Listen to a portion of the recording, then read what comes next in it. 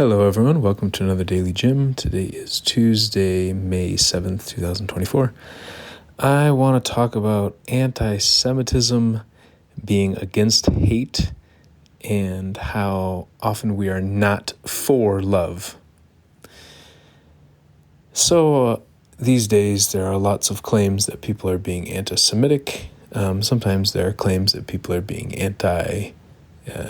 Muslim. They don't say it so much. They say Islamophobic because we often use different words for different things or for the same things. And I think I was reading something earlier on Twitter about how it's almost like this fight against anti-Semitism. And I thought, okay, we're fighting against the hate. We are anti-Semitism, but are we pro-Semitism or whatever you want to call it? Like, we are against hating a certain group of people, but are we for loving them? Because maybe they're different things. Being against hating somebody is not having that bitterness, that resentment towards that person, but it doesn't mean that we have deep affection for them. And I think this shows up a lot in romantic relationships where people say, no, I want to be a friend. I don't want to hate you, but I don't want to love you. I kind of want this weird middle space where I kind of care about you, but I'm semi-apathetic. But I'm not going to say apathetic. I care, but I don't care. I don't care too much.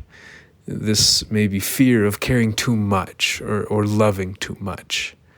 And I wonder if people in the Middle East or people around the world stopped hating Muslims or Palestinians or whichever group you want to choose in there, and we stopped hating Jewish people,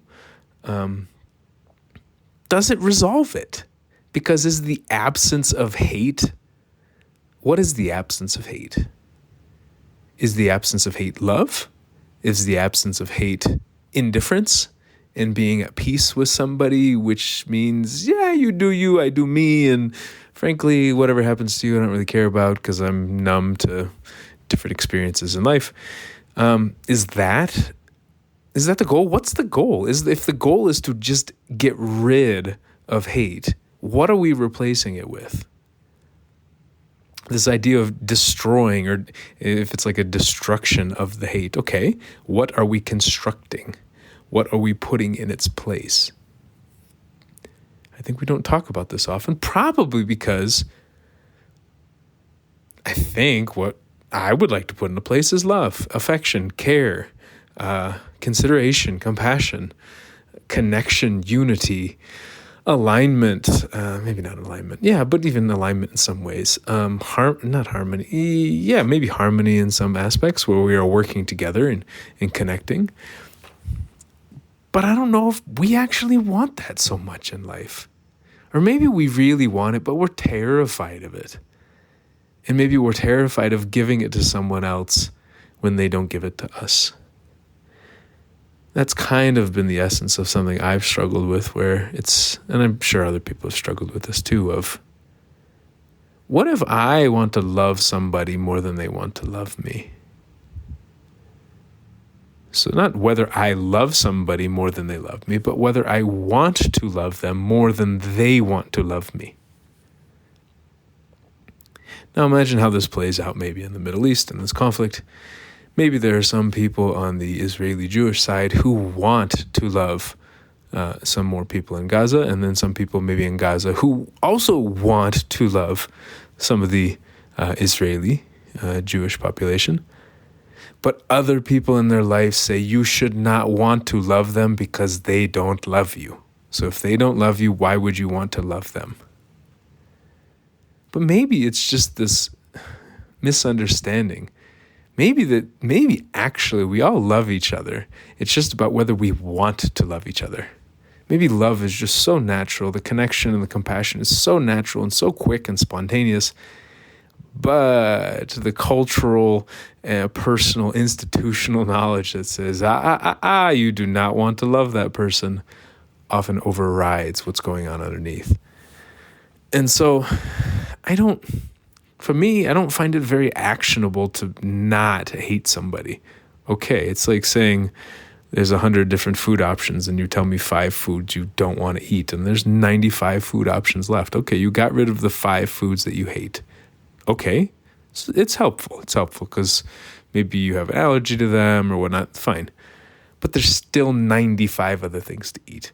Now, if you say, here are 5 things I really want to eat, more affirmative approach, then the list of 100 went down to 5 instead of going from 100 down to 95. So I think I think this plays out very often in relationships where we care about somebody more than we want to. How does a human being see what's happening to some of these children in Gaza and go, and not feel connection, not feel the empathy, not feel the pain, not feel the sadness, not feel the anger, not feel the fear, even to a small extent? I think we do. I think most of us, if not, it's vast majority of us, feel it. But then we maybe have this filter on top of, do I want to feel this? Do I want to feel that connection to them? Do I want to feel such love and empathy for them? And then years and maybe generations of people saying, nope, you're not supposed to love that person, can override that.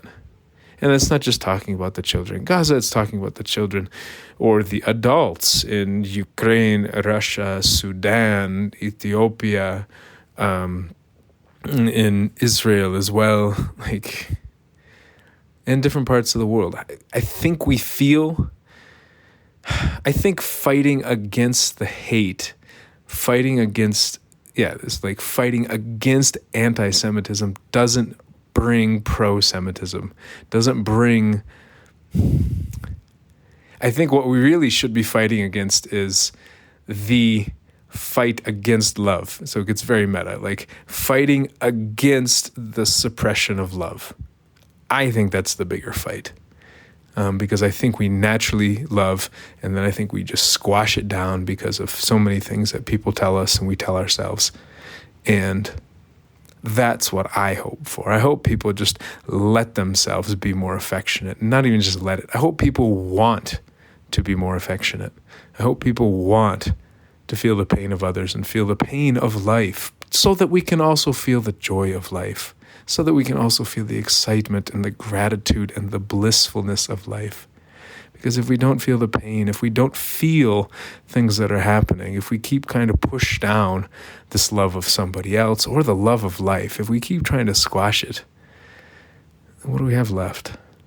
So I hope this inspired some of you to think about these things a little bit differently. And I'm feeling pretty good after that, despite coming into this feeling a little sick. So I hope this helped and look forward to talking to you soon. Bye.